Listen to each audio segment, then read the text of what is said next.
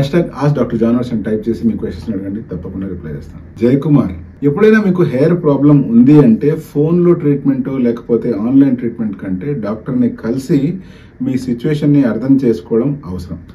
అలాగే యూజువల్గా నేను కన్సల్టేషన్కి పిలుస్తూ ఉంటాను. ఇప్పుడు కన్సల్టేషన్కి పిలిచినప్పుడు మిమ్మల్ని చూసి మిమ్మల్ని అబ్జర్వ్ చేసినప్పుడు ఒకవేళ మీకే గనక మీ డోనర్ ఏరియా అంటే స్కాల్ప్ వెనకాల డోనర్ ఏరియా అనేటువంటిది చాలా పల్సగా ఉంది లేదా చాలా తక్కువగా ఉంది, at the same time me scalp ఎక్కడైతే ట్రాన్స్ప్లాంట్ చేయాలో ఆ ఏరియా చాలా పెద్దగా ఉంది అనుకోండి, అటువంటి సిచ్యువేషన్లో మీకు గనక ట్రాన్స్ప్లాంట్ చేసినట్లయితే చాలా తక్కువ గ్రాఫ్ట్లతో ఫ్రంట్ ఏరియాలను లేకపోతే మనకు కావాల్సిన ఏరియాలో చాలా తక్కువ ఏరియానే కవర్ చేసే అవకాశం ఉంటుంది.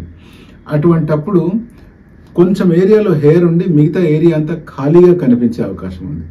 అంతేకాకుండా అలా తక్కువ డోనర్ ఏరియా ఉన్నప్పుడు యూజువల్గా బాడీ హెయిర్ని యూజ్ చేసుకోవడం జరుగుతుంది. అంటే బియర్డ్ హెయిర్ కావచ్చు, చెస్ట్ హెయిర్ కావచ్చు, హెయిర్ ఫ్రమ్ ప్రైవేట్ పార్ట్స్ కావచ్చు. బట్ మనం అర్థం చేసుకోవాల్సిన పాయింట్ ఇంకోటి ఉంది. అదేంటి అంటే మన స్కాల్ప్ హెయిర్ గ్రో అయినంత లెంత్ మన బాడీ హెయిర్ గ్రో అవ్వు. But over a period of time క్రమక్రమంగా రెసిపియంట్ డామినెన్స్ అనే ఫెనామినా ద్వారా బాడీ హెయిర్ కూడా కొంచెం లెంత్ గ్రో అయ్యే అవకాశాలు ఉంది.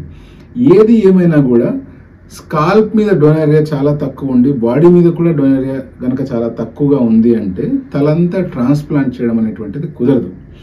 అటువంటప్పుడు సగం ట్రాన్స్ప్లాంట్ చేసి సగం బట్టన అలా వదిలేసేదానికంటే ఐదర్ ట్రాన్స్ప్లాంట్ చేయించుకోకుండా ఉండడం మంచిది, లేకపోతే ఫ్రంట్ లో ట్రాన్స్ప్లాంట్ చేయించుకొని వెనకాల ప్యాచ్ అన్న పెట్టుకోవాలి. కానీ మన దైనందిన రెగ్యులర్ జీవితాల్లో విగ్ కానీ ప్యాచ్ కానీ వాడుతూ ఉండడము, దాన్ని సర్వీస్ చేయించుకోవడం, మళ్ళీ విగ్ మార్చడం అనేది ఖర్చుతో కూడుకున్న పని. కాబట్టి ఒకవేళ మీరు ఆ ఖర్చుకి రెడీ లేరు అంటే విగ్ కానీ ప్యాచ్ కానీ ఆప్షన్స్ మీరు చూస్ చేసుకోకూడదు.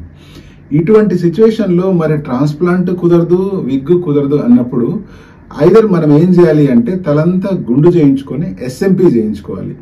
ఎస్ఎంపీ చేసినప్పుడు ఆ ఏరియాలో స్కాల్ప్ మైక్రో పిగ్మెంటేషన్ ద్వారా డాట్స్ ఏవైతే క్రియేట్ చేస్తామో అవి హెయిర్ ఉన్నట్టు ఇల్యూషన్ క్రియేట్ చేస్తాయి. బట్ ఆ ఇల్యూషన్ మీ స్కాల్ప్ లో ఆల్రెడీ హెయిర్ ఉండి అక్కడక్కడ గ్యాప్స్ ఉంటే వర్కౌట్ అవుతుంది.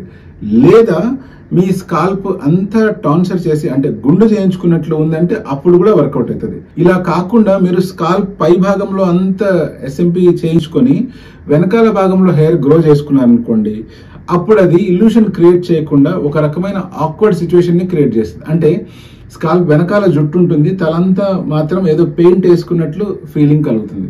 సో అందుకని ఎవరికైతే డోనర్ ఏరియా తక్కువ ఉంటుందో వాళ్ళకి నేను ఎప్పుడు కూడా హెయిర్ ట్రాన్స్ప్లాంటేషన్ సజెస్ట్ చేయను. ఇన్స్టెడ్ విగ్ కానీ లేకపోతే ఎస్ఎంపీ కానీ లేకపోతే తలంతా గుండు చేసుకోవడం కానీ లేకపోతే ఇంకా అదర్ కెమోఫ్లాష్ టెక్నిక్స్ ఏమైనా వాడుకోండి అని చెప్పి పంపించడం జరుగుతూ ఉంటుంది. సో ఎప్పుడన్నా మీకు నేను హెయిర్ ట్రాన్స్ప్లాంటేషన్ వద్దు అని చెప్తున్నాను అంటే దానికి కారణం డెఫినెట్ గా మీకు అది సూట్ అవ్వదు, మీరు రైట్ క్యాండిడేట్ కాదు. హెయిర్ ట్రాన్స్ప్లాంటేషన్ చేయడం వల్ల వచ్చే లాభం లేదా వచ్చే గుడ్ లుక్ కంటే ఎక్కువ నష్టమే జరగబోతుంది అని ప్రిడిక్ట్ చేసి మీకు వద్దు అని చెప్పడం జరుగుతుంది. ఇంకా మీకు క్లారిటీ రావాలి అంటే మీరు సెకండ్ ఒపీనియన్ తీసుకొని ఇంకొక డాక్టర్ దగ్గర కూడా వెళ్ళి కనుక్కుంటే మీకు ఒక ప్రాపర్ ఐడియా అంటూ వస్తుంది. సో ఎప్పుడైనా హెయిర్ ట్రాన్స్ప్లాంటేషన్ వద్దు, మీరు విగ్ కానీ లేకపోతే ఇంకేదైనా ట్రీట్మెంట్స్ తీసుకోండి అంటే డెఫినెట్గా అది మీకు మంచిది కాదు అని అర్థం.